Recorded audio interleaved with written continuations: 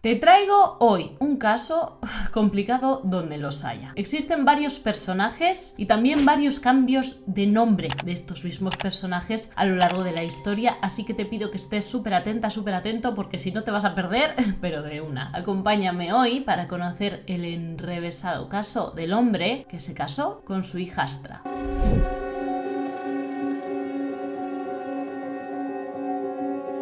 ¿Qué tal, mis curiositos? Sin censura. ¿Ves esta foto que te estoy mostrando aquí de un padre y su hija? Bueno, pues en realidad no son padre e hija, sino esposo y esposa. Bueno, no en el momento de la foto, te quiero decir, pero sí años más tarde. Sí, lo sé, ya te advertí que este caso era enrevesado, así que espero que estés lista. Este señor es Franklin Delano Floyd. El hombre se crió en un hogar de acogida, donde sus tutores lo molestaron de todas las formas imaginables y ninguna buena. Ya sabes lo que pasa con los hogares de acogida de la mayor parte de los Estados Unidos, bueno, de la mayor parte del mundo en realidad. Son sitios donde se supone que deberían proteger a la infancia, pero en su mayor parte se hace todo lo contrario. Como Franklin quería huir de toda esta situación que le estaba sucediendo, él quiso alistarse en el ejército, pero existía un problema: era menor de edad y por lo tanto no pudo hacerlo. Fue entonces que decidió irse por el mal camino y comenzó a involucrarse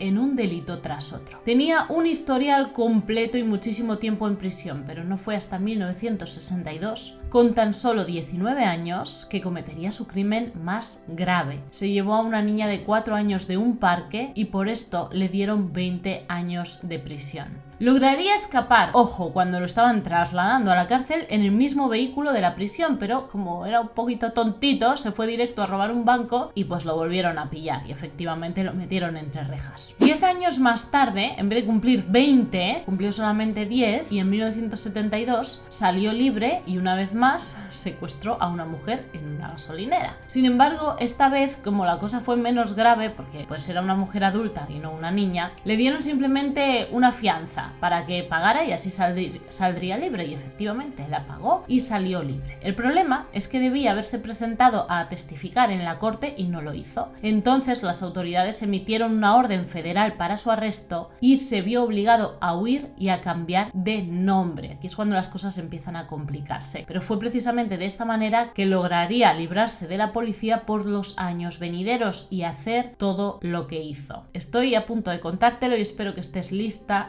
porque de verdad te vas a quedar con la boca abierta. O sea, a mí me parece impresionante de tantos y tantos casos que os cuento, y de verdad no termino de abrir los ojos, no termino de comprender cómo la justicia a veces puede ser tan inútil como para que pasen determinadas cosas y no le pongan remedio. Y es que luego lo de las condenas que le dan a la gente, o sea, parece que en este mundo puedes hacer lo que te dé la gana porque te van a dar, no sé, te dan cadena perpetua y a los 10 años estás en la calle. Es que yo no entiendo la justicia, de verdad te lo digo. Voy a tener que estudiar abogacía para entender qué hay realmente detrás de todo esto, porque como ciudadana normal y corriente no lo comprendo. Bueno, ahora vamos a conocer a esta señora de aquí que se llama Sandy Chipman. Ella era una mujer que se había casado con Franklin Delano después de que este hubiera salido de prisión. Lo que pasa que ella no sabía que este señor había salido de prisión. Él se había inventado toda una historia y también se había cambiado el nombre. Le había dicho que se llamaba Brandon Williams. Bueno, Sandy por su parte tenía 4 hijos de un matrimonio anterior y tampoco era una mujer muy recta, que se diga, porque para andar con Franklin obviamente pues no era una señora en condiciones. De hecho, ella entró en prisión por 30 días porque había estado pagando con cheques sin fondos. ¿Qué pasó con los 4 niños cuando ella entró en prisión? Pues le dio la custodia al señor Frank y no podía haber hecho otra cosa peor, vamos, porque cuando regresó de prisión ni lo encontró a él ni encontró a sus 4 hijos. Bueno, no los encontró donde los había dejado, quiero decir, porque a 2 de sus hijas, Allison y Amy, sí que las localizó, pero en un centro de menores a cargo del Estado. A quienes no pudo encontrar fue ni a Franklin, ni a su hija mayor Susan, ni a su hijo menor Philip, que estos 3 desaparecieron sin dejar rastro. Para hacer todo el cuento complicado más fácil, esto es lo que había pasado. Esta chica se llama Susan Marie Servakis, su nombre original, quiero decir, es la niña de la foto que te he mostrado justo al comienzo del vídeo. Franklin crió a Susan como si fuera su propia hija y dejó en el camino al niño menor, a Philip, a cargo del Estado porque ya no le interesaba tenerlo. A quien le interesaba de verdad, obviamente, pues era Susan, tú sabes para qué. Franklin y Susan se mudaron a través de diferentes estados, adoptando diferentes identidades. Por ejemplo, cuando Susan comenzó secundaria, ella se llamaba Tanya Hughes, y para cuando se graduó de secundaria en otro estado diferente, ella se llamaba Sharon Marshall. Quiero que te quedes con este último nombre, con Sharon Marshall, porque es el que vas a empezar a escuchar a partir de este momento. Es decir, la original Susan se convertiría en Sharon Marshall.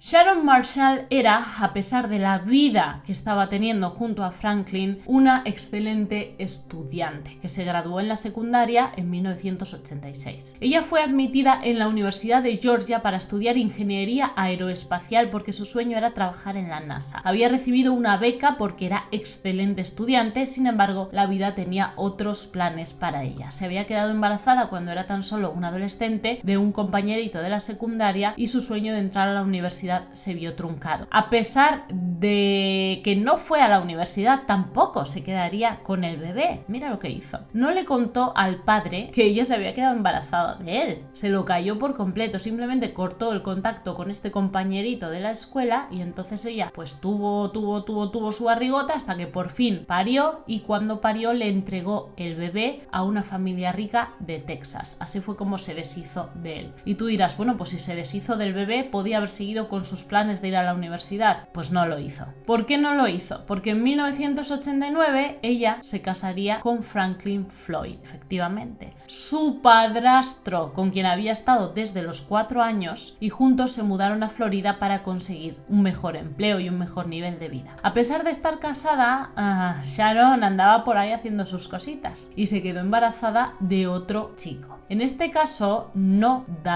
regalaría a su bebé, pero también hizo algo similar a lo que hizo con su primer hijo. No le contó al padre original, padre biológico, que se había quedado embarazada de él y tuvo a este bebé, y le dijo a Franklin Floyd que era suyo. El bebé se llamaba Michael y Franklin le daría sus apellidos porque pensaba que obviamente pues el bebé era de su esposa y suyo, no que ella se había ido por ahí con otro tipo. Floyd era un pintor profesional que, la verdad sea dicha, ganaba bastante dinerito. Sin embargo, tuvo un problema en la espalda que le impidió volver a trabajar en lo suyo. Como ya no podía trabajar de lo suyo, dijo que no quería trabajar de nada más, y entonces quedó sobre las costillas de Sharon toda la carga de mantener a la familia, que era Michael, el hijito, Floyd y ella, obviamente. Como el dinero en trabajos normales y corrientes no le daba para cubrir todos los gastos, ella se metió a bailarina exótica en un bareto de estos de mala muerte. Su carácter abierto y despreocupado hizo que enseguida tuviera un montón de amigos, tanto entre la clientela como entre sus propias compañeras y compañeros. Pero la que mejor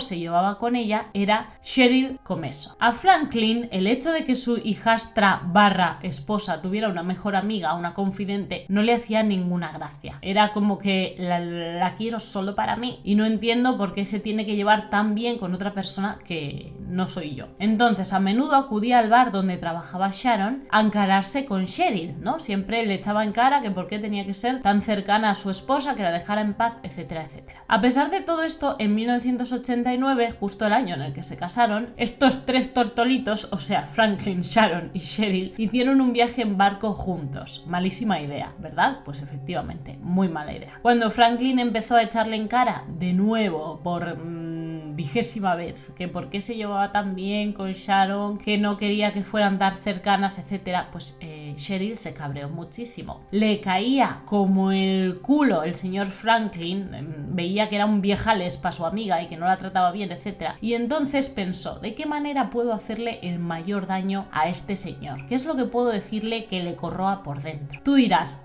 le contó que Michael no era su hijo biológico. No, no fue eso, porque ni siquiera Cheryl sabía que este secreto existía. O sea, Sharon se lo había callado tan bien, que solamente lo sabía sabía ella. Entonces atacó por otro lado, atacó por el lado del dinero. Sabía que a Franklin cuando le tocaban la cartera le dolía muchito. Bueno, y ahora tú te vas a quedar pensando, a ver, Mar, pero si Cheryl era la mejor amiga, la confidente de Sharon, ¿por qué narices iba a contar algo que afectara a Franklin y a la propia Sharon? ¿Por qué? Bueno, pues porque ella estaba tan embebida en hacerle daño a Franklin, ella quería vengarse tantísimo de este tipo, que ni siquiera estaba pensando en los daños colaterales, que efectivamente los daños colaterales iban a caer sobre Sharon y también sobre su hijito Michael. Mira lo que pasaba. Sharon recibía cheques de la asistenta social, porque ella declaraba menos dinero del que en realidad ganaba. Siendo una bailarina exótica, pues como recibía muchas propinas, la mayor parte de ese dinero se lo metía para la saca y eso no lo declaraba. Como era dinero que no entraba en ningún tipo de nómina, era dinero efectivo que ya se podía guardar, pues le salía muy bien todo esto de cara a la asistenta social, ¿no? Ella declaraba que eran pobres, etcétera, que su marido no tenía dinero, que ella trabajaba muy poquito y recibían un chequecito todos los meses. Entonces Cheryl sabía de esto, porque esto sí se lo había contado Sharon, y buscando vengarse de Floyd fue a los servicios sociales a contarles lo que estaba haciendo Sharon. Así fue como un buen día llegó a casa, al buzón de Franklin, una carta de los servicios sociales, del gobierno en este caso, diciendo que no solo habían estafado un montón de dinero y que ya le cortaban la fuente del chequecito, sino que además les ponían una multa por todo el dinero que habían estafado. Claro, como tú comprenderás, Franklin estaba furioso, no, el siguiente nivel. Así que se fue al bar donde trabajaba su esposa a buscar a Cheryl y le dio un puñete en toda la cara. Días después, Cheryl dejaría la ciudad supuestamente para irse de viaje con una amiga y nunca más nadie volvería a saber de ella. Pero sigue escuchando, porfa, please, porque las cosas no son como estás pensando. Los compañeros de trabajo de Sharon, después de lo que había sucedido con Cheryl, que le había dado bien duro, empezaron a sincerarse con ella y le dijeron a Sharon: mira, Sharon, es mejor que dejes a este tipo no te hace bien y lo único que te va a pasar es una desgracia en sus manos. Curiosamente, Sharon ya estaba planeando dejar a Franklin por un hombre de su edad, no de la edad de Franklin, quiero decir, sino de la edad de Sharon, o sea, por un jovencito. Un cliente era, básicamente, pues habían engayolado el uno con el otro y pues planeaban fugarse. Sin embargo, Franklin andaba un día por allí, por el bar, y cuando escuchó a los compañeros de Sharon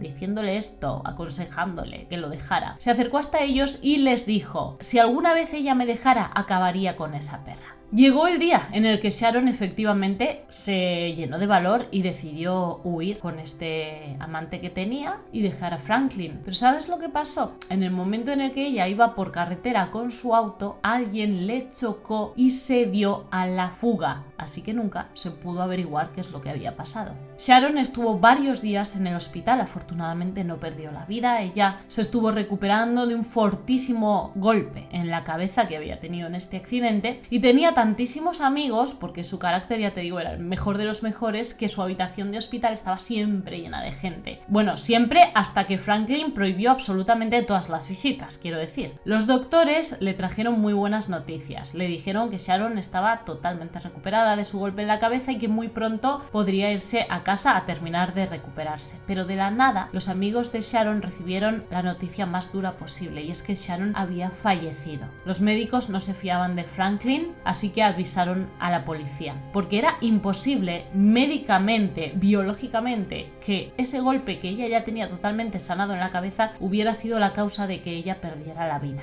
Pero como no había pruebas contra Franklin, pues no pudieron hacer absolutamente nada contra él. Meses después de que Sharon ya no estuviera entre nosotros, Franklin llamó a la compañía de seguros de vida, como suele ser habitual en estos casos. Tenía una póliza a nombre de su esposa por un valor de $80,000 que, curiosamente, había sido contratada unos días antes del fallecimiento de Sharon. Franklin usó un nombre distinto para intentar cobrar esta póliza de seguro. Tonto él, parecía que no había visto la vida por un agujero. ¿Cómo vas a hacer eso, Franklin? Obviamente la compañía de seguros se negaba a facilitarle el dinero, a soltarle lo que es la póliza, porque no se correspondía el nombre que estaba dando con el verdadero nombre del esposo de Sharon. Entonces al final no le quedó más remedio que dar su nombre verdadero, su verdadera identidad, para que por fin le liberaran el monto de dinero. Mientras tanto, ¿qué estaba pasando con Michael? Dirás tú, ¿dónde estaba el niño? Bueno, pues en lo que Franklin hacía todas las diligencias para poner en orden su vida, Michael, de 2 años, había sido puesto en un hogar de acogida con una señora que se llamaba Merle y con un señor que se llamaba Ernest, de apellido Bean. Era un matrimonio en septiembre de 1994 en Oklahoma. Allí estaba el niño, allí estuvo unos mesecitos, mientras que Franklin pues intentaba cobrar el dinero y recuperaba a su hijo para poder hacer una vida ya en común. Recuerda que Franklin se pensaba que efectivamente Michael era su hijo biológico. Bueno, pues resulta que mientras que estuvo con estos padres de acogida, el niño empezó a mostrar a sus 2 añitos un control muscular muy limitado. No hablaba ni una sola palabra, no emitía ningún tipo de sonido, presentaba un comportamiento muy histérico, era como que estaba todo el día llorando, todo el día nervioso. Entonces los padres de acogida, preocupados por el niño porque lo querían mucho, lo llevaron a un doctor y cuando le hicieron unas pruebas genéticas, nena, salió la verdad, salió que este niño no era hijo de Franklin. Bueno, pues una vez cobró el dinero, el señor Franklin se fue a por su hijo Michael. Pero vamos a ver, a este punto ya se sabía que Michael no era el hijo biológico de Franklin. El médico había pegado un telefonazo al señor Franklin Delano y le había dicho lo que estaba pasando. Y este se había cabreado demasiado. Pero se había cabreado tanto que había decidido irse a por el niño. Y como tú estarás barruntando, no de la mejor manera posible. Se fue a acechar a Michael y a su familia de acogida. En septiembre de 1994 acudió a la escuela donde Michael estaba pues haciendo su preescolar y allí le dijo al director que le entregara a Michael o iban a terminar los dos con una pium pium. Amenazó al director y lo terminó sacando al patio de la escuela, lo ató en un árbol y se llevó a Michael. Y el director no pudo hacer absolutamente nada, como tú comprenderás. La policía tardó meses en localizar a Franklin y cuando lo hizo se dieron cuenta de que el niño ya no estaba con él. Cuando le preguntaron qué había hecho con Michael, este les respondió: no es de su incumbencia dónde está, ni me importa cuánto lo extrañan ni lo aman en Oklahoma. Nunca confesó dónde se encontraba Michael. Sin embargo, sí que se le soltó la lengua y contó otras cositas. Fíjate tú cómo es la vida, las vueltas que da y cómo es el destino para cerrar determinados círculos. Que un mecánico en Kansas había comprado un camión en una subasta. De estas, ya sabes, estas subastas donde se pueden comprar cosas mucho más baratas porque son cosas que les han quitado a sus verdaderos propietarios porque no las han pagado o porque son cosas que estaban abandonadas. Pues resulta que este camión pertenecía a Franklin y el nuevo propietario, cuando se montó en su recién adquirido vehículo, encontró en la guantera varias fotografías Polaroid. En algunas de esas fotografías se podía ver a una mujer en muy malas condiciones, que sí con trapos en la boca y un montón de cosas más que no te puedo detallar porque son muy malas. Y resulta que cuando la policía investigó estas fotografías se dieron cuenta de que esta señora era Cheryl. ¿Te acuerdas de la mejor amiga de Sharon en el club de bailarinas exóticas que le había hecho la tangana a Franklin con lo del cheque de seguro social y este había ido a darle un puñete y luego ya había desaparecido? Pues mira lo que había pasado con ella. Investigaciones más a fondo hicieron que la policía encontrara restos óseos en lo profundo de un bosque con una pium pium en el cráneo. El ADN confirmó que efectivamente esta era la mejor amiga de Sharon y Franklin pues no tuvo ningún problema en admitir lo que había hecho con ella. Por este crimen le darían 52 años en prisión como primera sentencia, pero después hubo un segundo juicio y lo condenaron a pena capital. Pero estas fotos que encontró el mecánico de Kansas en el camión que había comprado mostraban mucho más. Había una segunda mujer y estas fotografías eran más antiguas que las de Cheryl. En estas otras Polaroids se podía ver a esta niña. Nadie sabía que esta niña que mostraba las fotografías era en realidad su esposa, a la vez que su hijastra, en realidad llamada Susan Marie Servakis, que todo el mundo conocía por Sharon. Terminaría confesando que efectivamente él también fue el causante del choque que tuvo Sharon en la carretera y él se dio a la huida. Contó que también había sido el responsable de que Sharon no pudiera salir del hospital a pesar de que su herida en la cabeza estaba totalmente curada. Y efectivamente, después de décadas de mentir y estando ya en prisión, también se abrió acerca de dónde estaba Michael. Ahora, dijo que lo tenía escondido en algún lugar de la Interestatal 35, pero no dio ningún detalle concreto, así que la policía todavía a día de hoy no ha podido encontrar sus restos. Por parte del señor Franklin, él se encuentra todavía en prisión, tiene 78 años y aún espera su final entre rejas, porque efectivamente tiene la pena capital, pero pues todavía no han decidido cuándo va a llegar su momento, así que probablemente se lo lleve Dios antes que la justicia. Déjame saber abajo en comentarios, curiosita, ¿qué te parece el caso que te acabo de contar? Enrevesado donde los haya, ¿verdad? Como te he dicho al principio. Y realmente escalofriante. ¿Cómo una persona puede engañar a tanta gente? ¿Cómo la justicia no se da cuenta de que este tipo está cambiando nombres, está haciendo maldades por todas partes del mundo, haciéndole la vida un yogur a un montón de personas por el camino? Y aún así todavía, pues fíjate, tiene 78 años y ahí está, living la vida loca en prisión. En fin, es lo que te he dicho antes a mitad del vídeo. Yo no voy a comprender la justicia, never. Si no quieres perderte el próximo caso que te estoy preparando, suscríbete al canal y activa la campanita de notificaciones. Recuerda seguirme también en mi Instagram para que podamos hablar entre vídeo y vídeo y también pues para que sepas un montón de cosas de mi vida privada, de cómo hay mi proceso de Curio Fitness, que por allí, ay nena, por allí yo me lío a soltar y hablo y hablo y hablo con vosotras y os cuento un montón de cosas, como amigas que somos. Yo te mando un suculento beso donde más te guste para que pienses mucho en mí. Hasta el próximo día. ¡Mua! ¡Chao!